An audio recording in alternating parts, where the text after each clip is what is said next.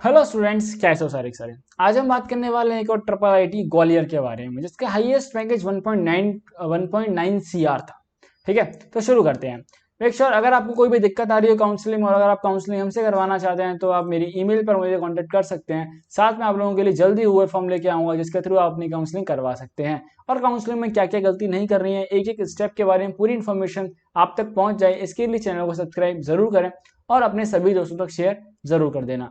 और एक important information आप लोगों को बताना चाहूंगा, दैट इज कि देखो यार, अगर आपने एग्जाम क्वालिफाई कर लिया, ठीक है, अगर आपका जेई एडवांस अगर आप क्वालिफाइड हैं तो मेक श्योर कि प्लीज थोड़ी सी अगर आप अच्छी से रिसर्च कर लेते हैं, अगर आप अच्छे से रिसर्च कर लेते हो तो आप एक अच्छे से कॉलेज में लैंड हो सकते हैं। क्योंकि अब जो एक महीना है ये आपके लिए बहुत ज्यादा क्रूशियल टाइम रहेगा। जो आपके काउंसलिंग शुरू होने तक का टाइम है और रिजल्ट के आने बाद का टाइम बहुत ही क्रूशियल है, क्योंकि आपको अगर अच्छा कॉलेज चाहिए है तो आपको रिसर्च करनी पड़ेगी। अगर तुम्हारी रैंक थोड़ी सी भी गड़बड़ है तो रिसर्च पार्ट पे मेहनत कर लो या फिर आप किसी से अपनी काउंसलिंग करवा सकते हैं। आज हम बात करने वाले हैं ट्रिपल आईटी ग्वालियर के बारे में। ये कॉलेज कैसा है? गवर्नमेंट टाइप कॉलेज है, 1997 से कॉलेज, यानी थोड़ा सा पुराना कॉलेज है ये। और ये आपका ग्वालियर कहाँ पड़ता है? ग्वालियर पड़ता है मध्य प्रदेश में। अब बात करेंगे कनेक्टिविटी के बारे में। भैया अगर हम इस कॉलेज में एडमिशन लेते हैं तो हमारे पास क्या क्या रास्ते अवेलेबल हैं इस कॉलेज तक पहुंचने के लिए। तो कॉलेज तक जाने के लिए हमारे पास दो रास्ते अवेलेबल हैं। सबसे पहला तो हम भैया एरोप्लेन के थ्रू उड़ के जा सकते हैं। तो हमारा कॉलेज से जो है ग्वालियर एयरपोर्ट पड़ता है 12 किलोमीटर, जो कि बहुत ज्यादा दूर नहीं है आपके कॉलेज से।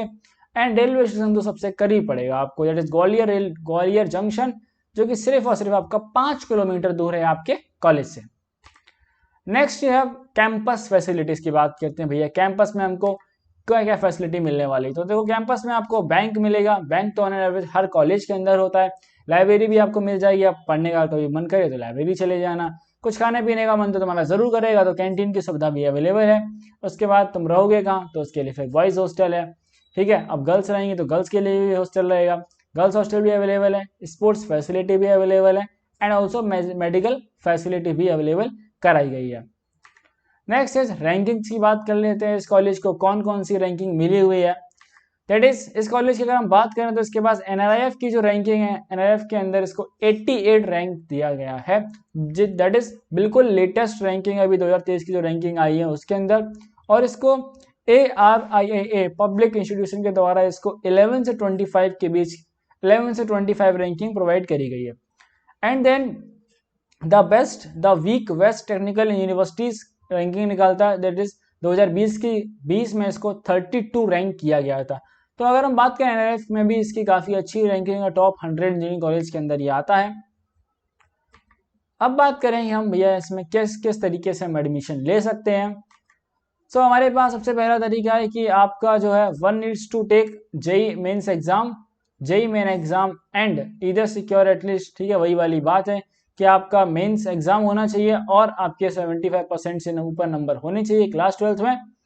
ठीक है, अब उसके बाद आपके जो एडमिशन्स हैं वो डन होंगे। आपकी जो मेंस में रैंक आई है उसके थ्रू आपके एडमिशन्स हो रहे होंगे। और भैया वो कैसे होंगे, तो आपकी जोसा काउंसलिंग में आपको पार्टिसिपेट करना पड़ेगा। साथ में आप सी सैप काउंसलिंग के स्पेशल राउंड में भी इस कॉलेज को ले सकते हैं अगर आप चाहते हैं तो। नेक्स्ट हम बात करेंगे भैया इस कॉलेज में फिर कौन कौन से कोर्सेज ऑफर हैं, कौन कौन सी ब्रांचेस अवेलेबल हैं, ये भी देखते हैं।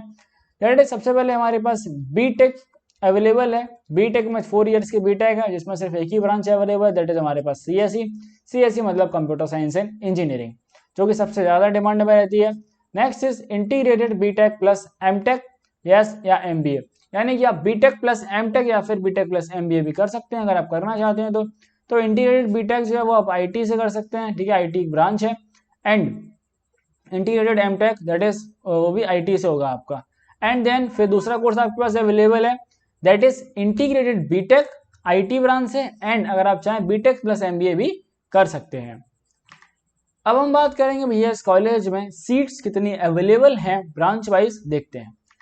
तो देखो इस कॉलेज की अगर हम बात करें, that is we have computer science and engineering में 4 ईयर के लिए हमारे पास जेंडर न्यूट्रल में 63 सीट्स अवेलेबल हैं। एंड फॉर फीमेल्स हमारे पास 12 सीट्स सेपरेटली फीमेल्स के लिए रिजर्व करी गई है। And then 5 year integrated BTech plus MTech course अगर आप चूज करते हैं तो उसमें हमारे पास जनरल न्यूट्रल की 100 सीट्स अवेलेबल हैं। एंड देन फीमेल ओनली के लिए 20 सीट्स अवेलेबल हैं। नेक्स्ट, अगर आप चूज करते हैं 5 year integrated BTech and MBA का कोर्स, तो आपके लिए जनरल न्यूट्रल के लिए 58 सीट्स अवेलेबल हैं, एंड देन फीमेल ओनली के लिए 12 सीट रिजर्व करके रखी गई हैं। इस तरीके से इस कॉलेज के अंदर 265 total number of seats available हैं।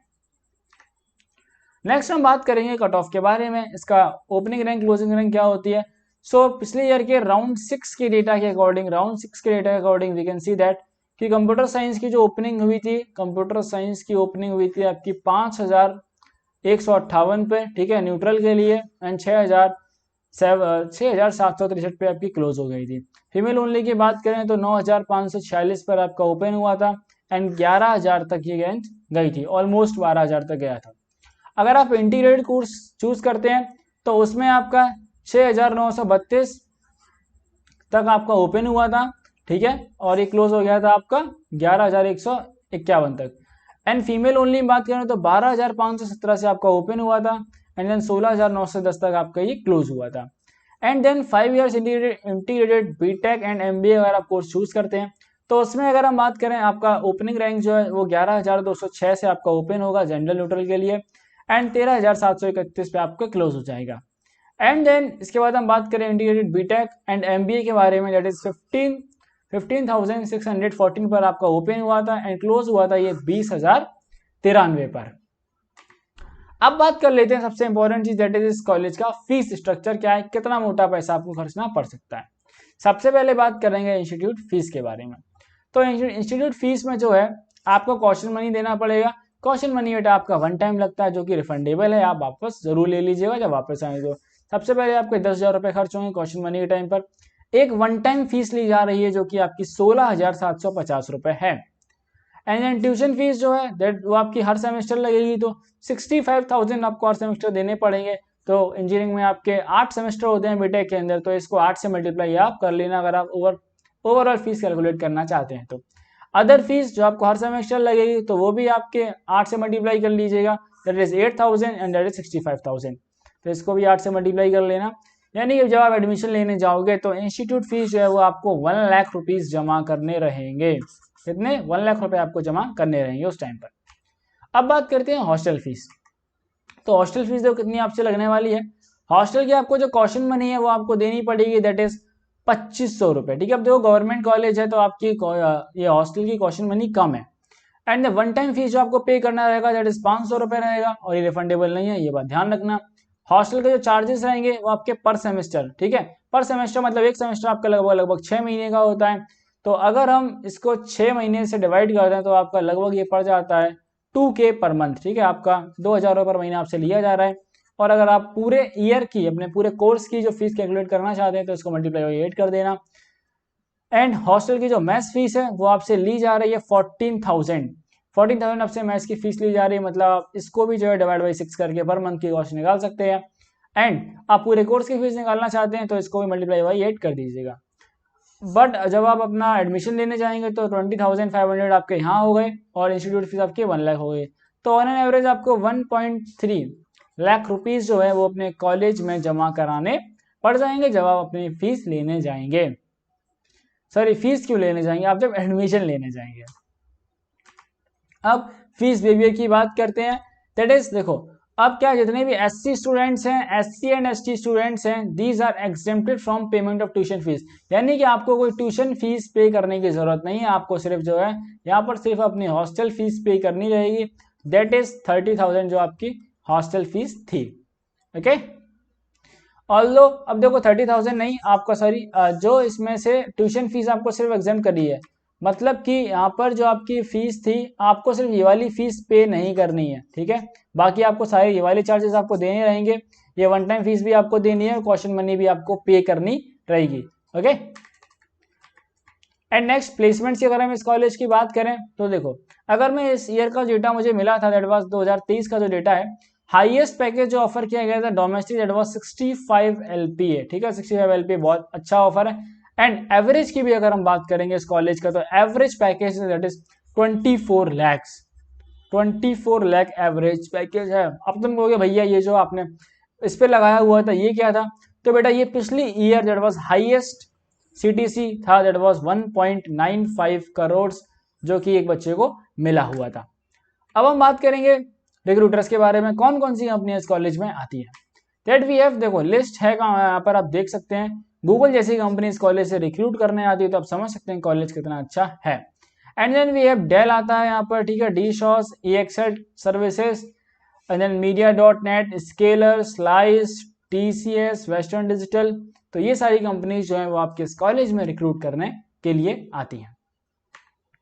तो बस यहीं पर इस कॉलेज के बारे में जो भी इंफॉर्मेशन थी जो आपके लिए इंपॉर्टेंट है जानना, वो खत्म होती है। उम्मीद करता हूं कि आपको अगर वीडियो इन्फॉर्मेटिव लगा हो तो मेक श्योर कि इस चैनल को सब्सक्राइब करें, साथ में वीडियो को अपने फ्रेंड्स तक शेयर जरूर करें।